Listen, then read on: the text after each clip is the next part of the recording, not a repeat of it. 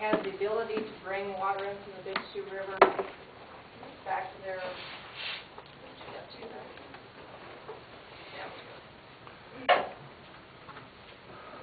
to this inlet-outlet channel. The one thing that's very nice compared to the Boswell, which is kind of a straight shot over, the water velocity can be very high. Here you have a meandering channel that comes along, so the water velocity is slowed. The potential for having sediment transported here is much greater than having it where it meanders through this channel here.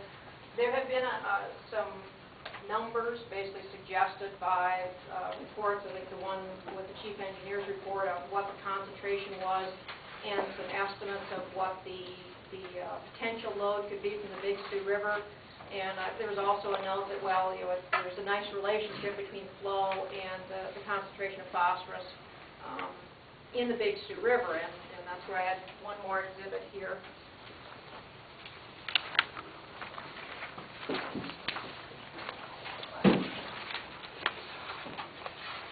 Again, this is using, let's see, Exhibit 11. Looking at data that was collected as part of their normal monitoring. I didn't want to go and start trying to look and figure out for data that was collected as part of a just running out to check out someone's concern. I wanted the normal monitoring that occurs in the state. There are two stations that we're looking at, one by Esterline, one by Brookings, and I believe we have an idea here. There's 71 data points on the top chart. That shows from years 1997 to 2005, so about 8 years of data. And as the flow goes from 0 to just a little less than 3,000 cubic feet per second, that's across the x-axis. Across the y-axis here, this is reported as micrograms per liter, so that's a factor of 1,000 less than milligrams. So if you'd rather see it in milligrams, just move the decimal over. So here we're at about 0.2 milligrams per liter. This large bunch here basically says at lower flows, it's all over the place. And we really depend on a lot of other factors to tell us what that total phosphorus is. As you come out to higher flows, it tends to be in that 0.2 range, or 200 micrograms per liter. Same thing when you look at this. Well, before you go on to the next one, so what exactly does that mean? Because I didn't take one of your hydrology classes, so I need a little bit of background information. What exactly does that mean? If you're looking at the amount of water that could flow through here to come into the channel, you would need to take the concentration of phosphorus that's in that water times the actual flow that's in the water at the time that that sample was taken. But it's going to vary. The amount of phosphorus that's there isn't going to be a nice continual relationship. I think in our report, I have a graph that just has the numbers jumping all over in it.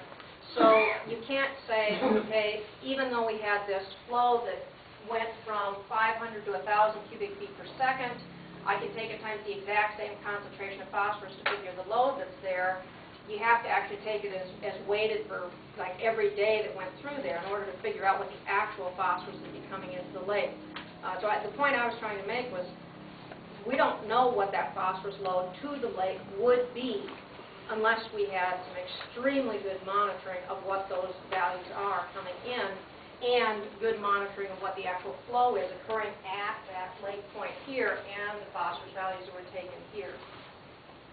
So some of the numbers that have been provided by the DENR, the GFP, in their reports, do they take into account the flow rates? Well, the gates are closed. So you can't have a flow system, the gates are closed there. So there may be some actual concentrations that they've taken, but they're not under the conditions where flow would be allowed.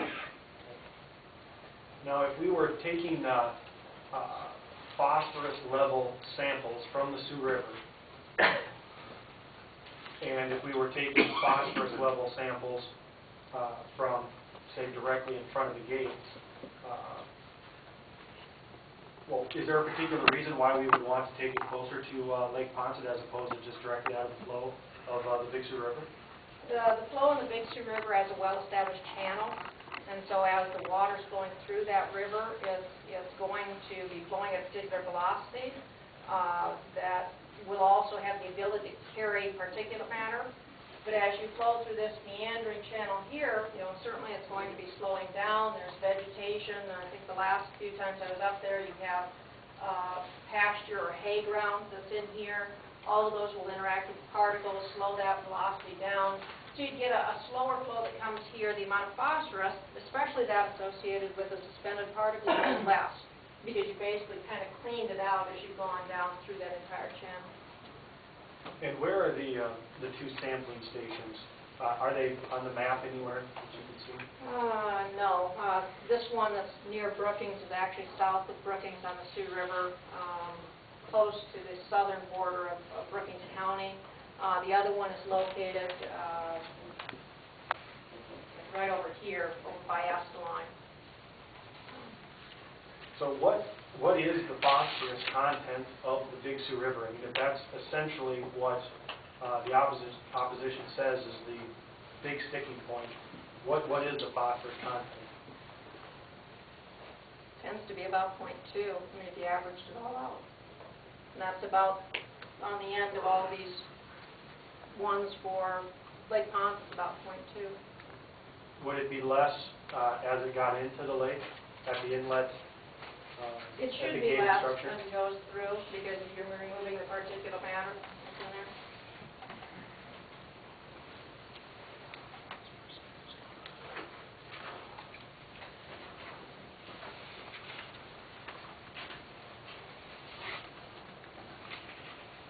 As we sit here today, having looked over everything that you have in the application process, what is your recommendation to the board as per the applications? To allow the water that would naturally flow into Lake Ponce to actually flow into Lake Ponce. Do you have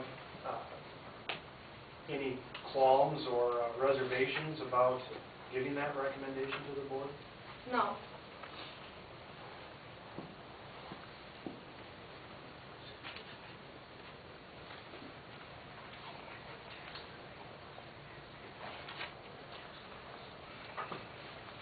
I believe that's all the questions I have for you. Thank you.